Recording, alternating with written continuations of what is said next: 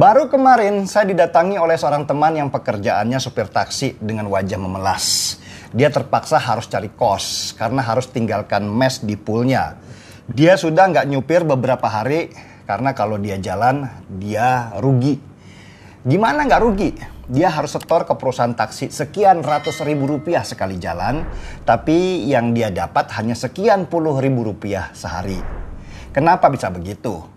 Dia cerita karena PPKM darurat. Dia nggak bisa cari penumpang, jalan-jalan ditutup di mana-mana. Saya kemudian ikut membantu mencari tempat buat dia menunggu selama PPKM darurat.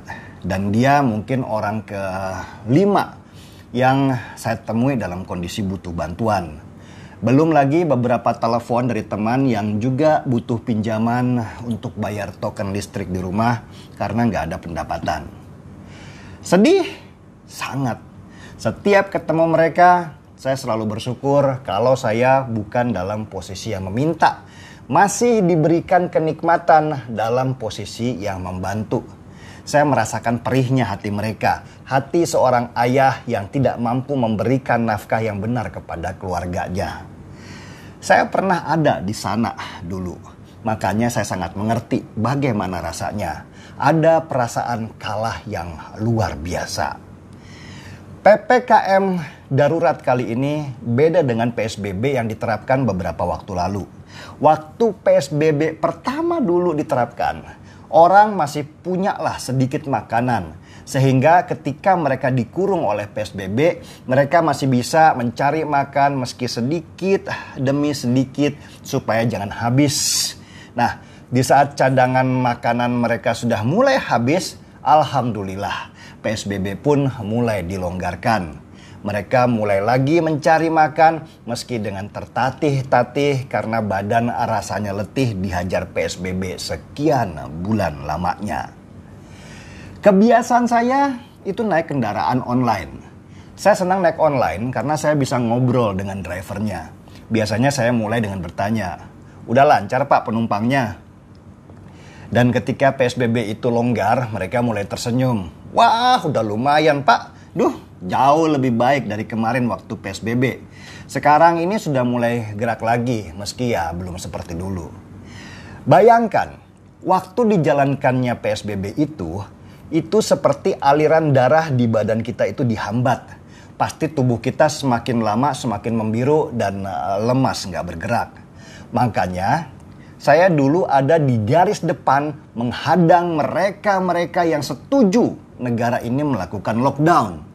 Buat saya waktu itu, kalau kita lockdown, aliran darah kita bukan terhambat lagi. Itu sama saja dengan di stop dan itu pasti membuat kita mati. Kita bukan negara kaya dengan penduduknya yang sedikit kayak Singapura. Singapura kalau mau lockdown setahun 2 tahun pun nggak apa-apa. Penduduknya cuma 5 juta dan dia negara kaya. Lah kita sudah penduduknya 270 juta. Cadangan duitnya tipis lagi. Dari mana duit untuk kasih makan mulut sebanyak itu kalau lockdown? Dan untung Jokowi bijak. Lockdown hanya bikin kericuhan yang berpotensi jadi kerusuhan. Perut lapar itu seperti rumput kering, gampang dibakar. Disulut sedikit saja, nyala apinya bisa kemana-mana. Ya namanya juga orang hilang harapan. Buat mereka pada posisi seperti itu, nyawa hilang pun sudah bukan masalah. Nah, saat PSBB kemarin, rakyat di bawah masih bisa menghadapi situasinya dengan sabar dan nerima. Mereka percaya Jokowi bisa mengatasi situasi sulit ini dengan baik. Dan benar saja, dari hasil survei, mayoritas masyarakat Indonesia masih percaya kepada Jokowi dalam mengatasi pandemi ini. Tetapi beda ketika kita masuk fase kedua pembatasan ketat atau dikenal dengan nama PPKM darurat. Ini sudah beda dengan PSBB dulu. PPKM darurat ini sebenarnya adalah lockdown halus yang namanya beda dengan dampak yang sama. Jalan-jalan utama ditutup sehingga teman saya yang supir taksi tadi nggak bisa cari uang. Sisa tenaga orang yang kemarin habis buat bertahan selama PSBB sudah nggak kuat lagi menghadapi PPKM darurat. Inilah yang mengerikan buat saya. Wajah teman-teman saya yang dari golongan masyarakat kecil, kelas menengah bawah ini sudah beda ketika kita ketemuan. Kali ini wajah mereka seperti marah, stres, dan terlontar di mulut mereka bahwa kesulitan mencari uang saat PPKM darurat ini adalah karena Jokowi. Beda dengan PSBB dulu di mana mereka bisa menjalani semua dengan sabar. PPKM ini seperti pukulan knockout buat mereka sesudah dihajar jatuh bangun selama PSBB yang berlangsung beberapa bulan. Ekonomi mereka kali ini langsung pingsan.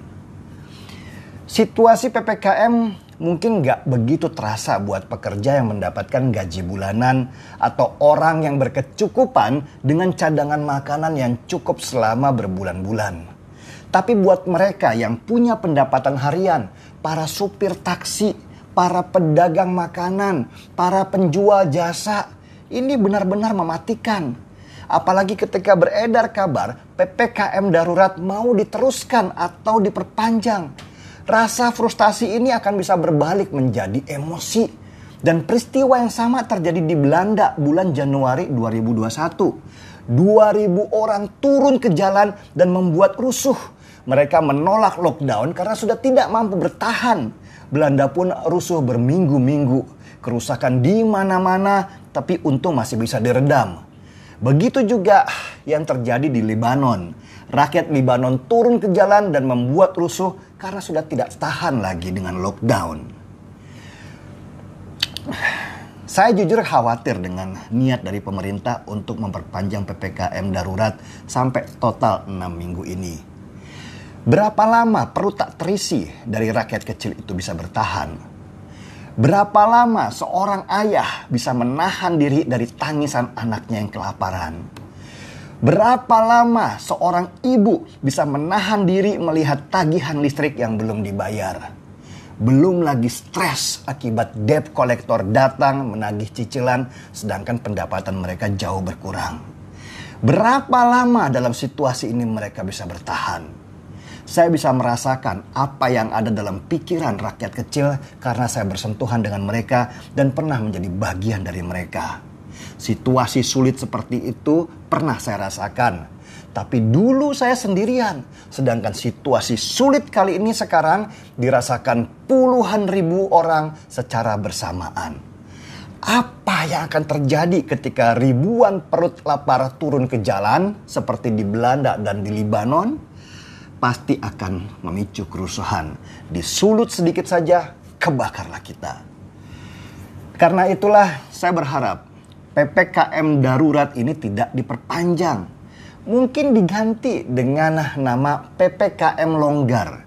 Semua aktivitas dilonggarkan, tapi tetap harus mengikuti prokes. Jaga jarak dan masker pun harus dipakai.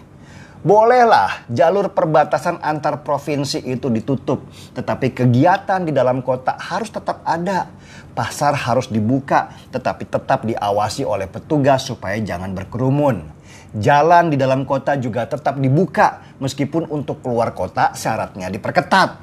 Bioskop juga mulai dibuka, tetapi pengunjung harus tunjukkan kartu sudah vaksin. Gunakan kartu atau sertifikat sudah vaksin itu sebagai pas masuk untuk ke mall. Sesama sudah vaksin, kenapa harus takut berkumpul? Kalau masih nggak boleh berkumpul, terus vaksin itu untuk apa? Coba lihat aja di kota-kota besar seperti Jakarta. Iya, kantor-kantor tutup. Iya, jalan raya juga tutup. Tapi lihat dong di pemukiman rakyat kecil, mereka tetap berkumpul meski mereka tidak mau divaksin. Lihat dong di tempat ibadah seperti di masjid-masjid, mereka tetap berkumpul, kadang tanpa masker dan juga belum divaksin. Lihatnya jangan cuma di jalan besar seperti Sudirman, Kuningan, dan jalan-jalan besar di Jakarta lainnya. Coba lihat pemukiman rakyat menengah bawah. Apakah PPKM darurat di sana itu efektif? Enggak sama sekali. Yang pasti ekonomi mereka lah yang kejepit. PPKM darurat itu bukan solusi. Lockdown juga bukan solusi. Solusi yang bagus adalah seimbang antara kesehatan dan ekonomi. Alirannya diatur supaya jangan ada salah satu keran yang tertutup dan mampet. Teknisnya silahkanlah orang pintar yang bicara. Jangan pedulikan orang-orang yang mengaku ahli, tapi bicara atas nama kepentingan mereka pribadi.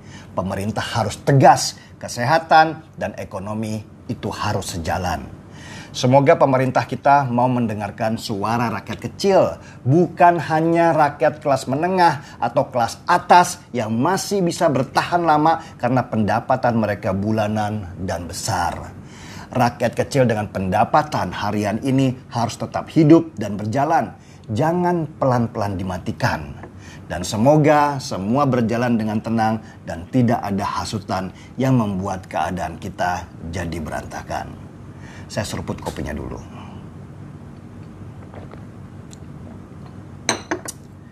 Gaspol.